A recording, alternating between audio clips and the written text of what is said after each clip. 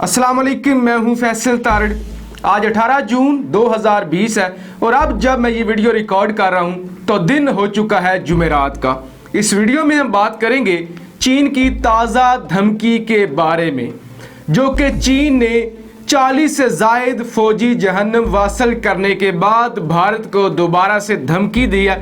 इसके अलावा हम बात करेंगे कि ये सब कुछ तो चल रहा है, पाकिस्तान कहाँ पे खड़ा है, पाकिस्तान जंग की क्या तैयारियां कर रहा है। इंतहाई अहम खबरें और इंतहाई अहम ये वीडियो है। मेरी आपसे गुजारिश है, वीडियो को तवज्जो से सुनिएगा और ध्यान से सुनिएगा, ये वीडियो आपके बहुत काम आने वाली है। सबसे पहले चीन के मुतालिक बात करेंगे। एक तो चीन ने फेंटी लगाई है भारत को और 40 से ज़ायद जो सैनिक हैं भारतीय फौज के, उन्हें जहन्नम वासिल किया है। अब वो हथियार भी सामने आ चुके हैं, वो डंडे भी सामने आ चुके हैं कि किस तरह से चीन ने ना गोली चलाई है, बल्कि ऐसे डंडे जिनके ऊपर लोहे की तार है उससे पिटाई की गई है भारतीय फौज की। और अब जब मैं आपके सामने हूँ, इस वक्त तक भारत ने जो एतराफ़ कर लिया है वो 34 फौजियों का कर लिया है। तस्वीरें भी सामने आ चुकी हैं जिनमें आप देख सकते हैं कि एक लाइन में मुर्दा फौजी पड़े हुए हैं भारत के। आप गिन नहीं सकते कितनी उनकी तादाद है। आज के दिन तक, अभी के वक्त तक भारत की जानब से जो कबूल किया गया है वो 34 फौजी हैं। जैसे ही वाक़या पेश आया था, मैंने आपको बताया था कि 37 से ज़ायद फौजी जहन्नम वासिल हुए हैं। तब तक भारतीय मीडिया सिर्फ 2 और 3 का राग अलाप रहा था। अब जो चीन ने ताज़ा धमकी दी है वो इंतहाई अहम है और उसके बाद सूरत हाल वाज़िया हो जाती है कि चीन क्या करना चाहता है। चीनी वज़ीर ख़ारजा वांग जी ने टेलीफोन किया है एस जयशंकर को, जो कि भारत के वज़ीर ख़ारजा हैं। उन्होंने कहा है कि हमें हल्का ना लें, हमें बिल्कुल भी हल्का लेने की ज़रूरत नहीं है। आप बाज आ जाएं, आप अपनी औकात में रहें, आप अपनी औकात से बाहर ना निकलें, वरना बहुत बुरा होगा, आपके साथ बहुत बुरा होने वाला है। मोदी से कहो कि चुप रहे, बिल्ली थैले से बाहर ना आए, वरना जो तुम्हारे साथ होने वाला है वो बहुत बुरा होगा। जयशंकर ने कहा, जनाब हम तो पहले ही जबान नहीं खोल रहे थे, हमने तो मीडिया पे भी पाबंदी लगा दी थी, हमारे मोदी साहब भी गायब थे, राजनाथ सिंह भी गायब थे, हम तो कुछ भी नहीं कर रहे, हम तो भीगी बिल्ली बने हुए हैं, फिर आप हमें क्यों धमकियां लगा रहे हैं? आपके सैनिकों ने हमारी फौज को मारा है। वांग जी ने कहा है कि आपका मीडिया झूठ बोल रहा है, आपका मीडिया शरारतें कर रहा है। Fell into rivers of sub-zero temperatures in the process. They died freezing, but they did not compromise. They died freezing. हमारी जमीन हड़प ली, हमारी जमीन हड़प ली, हमारी जमीन छीन ली। प्रधानमंत्री छुपो मत। This bitter and defeated man. It stinks, Gaurav Arya. It stinks, Vivek. Stinks. You understand that? और ये कह रहा है कि 45 से ज़ायद हमारे फौजी भी हलाक हुए हैं। आप झूठ क्यों बोल रहे हैं? अगर आप इसी तरह से झूठ बोलेंगे, आप हमें हल्का लेंगे, तो फिर आपके साथ बहुत बुरा होगा।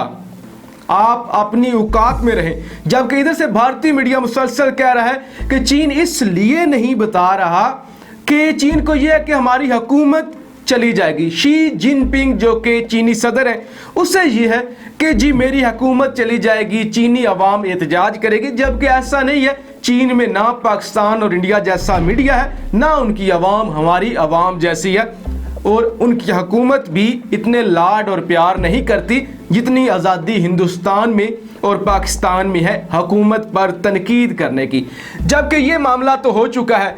धमकियों के बाद मोदी एक दफ़ा फिर पसीने से शराबूर हो चुका है और अब उनको समझ नहीं आ रही। एक जानब उनकी फ़ौज मूव कर रही है मुख्तलिफ जगहों पे और अवामी मुतालबा है और शदीद मुतालबा है कि आप जवाब दें। जबकि मैं पहले ही कह चुका हूँ कि अगर भारत ने जवाब देने की कोशिश की तो ये भारत को महंगी पड़ेगी।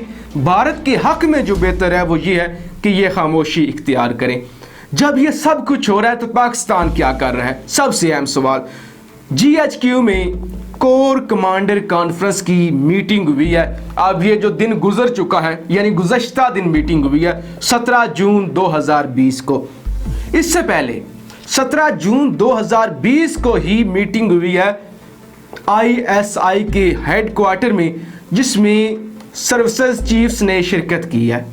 यानी एक दिन में 2 बड़ी मीटिंग्स होना, जिसमें तमाम चीफ्स बैठे हुए थे, फिर कोर कमांडर की मीटिंग होना। क्या ये मजाक हो रहा है?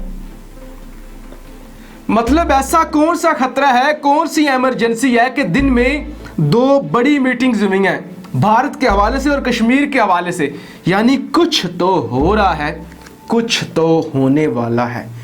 एजेंडा कभी भी बाहर नहीं आता। जो बात बताई जाती है वो इस तरह से बताई जाती है, खित्ते की सूरत हाल के हवाले से तबादला ख्याल किया गया, बाहमी अमूर के जो मौज़ूआत थे उन पर बात की गई। कभी भी इस तरह की जो मीटिंग्स होती हैं उससे असल बात बाहर नहीं आती, बल्कि वो बरसों के बाद पता चलता है कि उसका नतीजा क्या निकला और किस तरह से दुश्मन को सरप्राइज दिया गया। लिहाजा आप तज्जिया कर सकते हैं, आप तज्जिया कर सकते हैं कि क्या होने वाला है, क्या हो सकता है, क्यों ये मीटिंग हुई है। जो इलामिया आया है उसके मुताबिक ये कहा गया है कि भारत को हर तरह से सबक सिखाया जाएगा, भारत की जो कार्रवाइयाँ हैं उसका जवाब दिया जाएगा।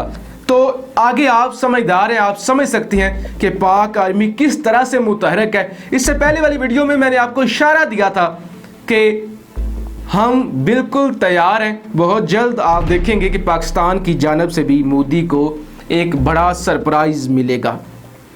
जबकि चीन के हवाले से दोबारा उस टॉपिक पे वापस आते हैं कि लाशें भी सामने आ चुकी हैं, असला भी सामने आ चुका है, जिससे मारा गया वो भी सामने आ चुका है। उसके बाद एक मीटिंग हुई है, हंगामी मीटिंग, चीन के दरमियान और भारत के दरमियान कशीदगी कम करने के लिए। अब जो फोटो रिलीज हुई है उस फोटो में मैं आपके सामने रखता हूं, आप देख सकते हैं एक जानब चीनी ऑफिसर बैठे हुए हैं, एक जानब भारतीय अफसर है। अब चीन की जानब से चाय पिलाई जा रही है भारतीय अफसर को, जिस पर मुबश्शिर लुकमान ने ये कैप्शन दिया और ये लिखा है कि once again the tea is fantastic, यानी एक दफा फिर से चाय पिलाई गई है। जिस तरह से हमने अभिनंदन को फैंटी लगाने के बाद चाय पिलाई थी, इसी तरह से चीन भी फैंटी लगाने के बाद चाय पिला रहा है। अब एक जानब चीन फैंटी लगा रहा है, दूसरी जानब चीन की जानब से भारतीय आर्मी पे तनकीद की जा रही है। चीनी जो सोशल मीडिया सारिफीन हैं, ट्विटर यूज़र हैं, वो ये लिखते हैं कि किस कदर नालायक और सहूलतों का फुकदान है भारतीय आर्मी के पास, कि 20 से ज़ायद फौजियों की जान बचाई जा सकती थी जब चीन ने उन्हें पटाई लगाई। उनको गहरे जख्म थे लेकिन उनको बचाया जा सकता था, लेकिन भारत की जानब से नाअहली और गफलत बरती गई। फौजियों को अस्पताल नहीं पहुंचाया गया, जिसकी वजह से उनकी जान गई। जबकि जो मैंने आपको पहले ही बताया था कि 120 से ज़ायद अभी भी भारत के ज़ख्मी हैं, जो कि लद्दाख के हॉस्पिटल में ज़ेरे इलाज हैं। अब आखिर में इंतहाई अहम डेवलपमेंट आपके सामने रखता हूँ। 22 जून को चीन, भारत और रूस की मीटिंग होने जा रही है।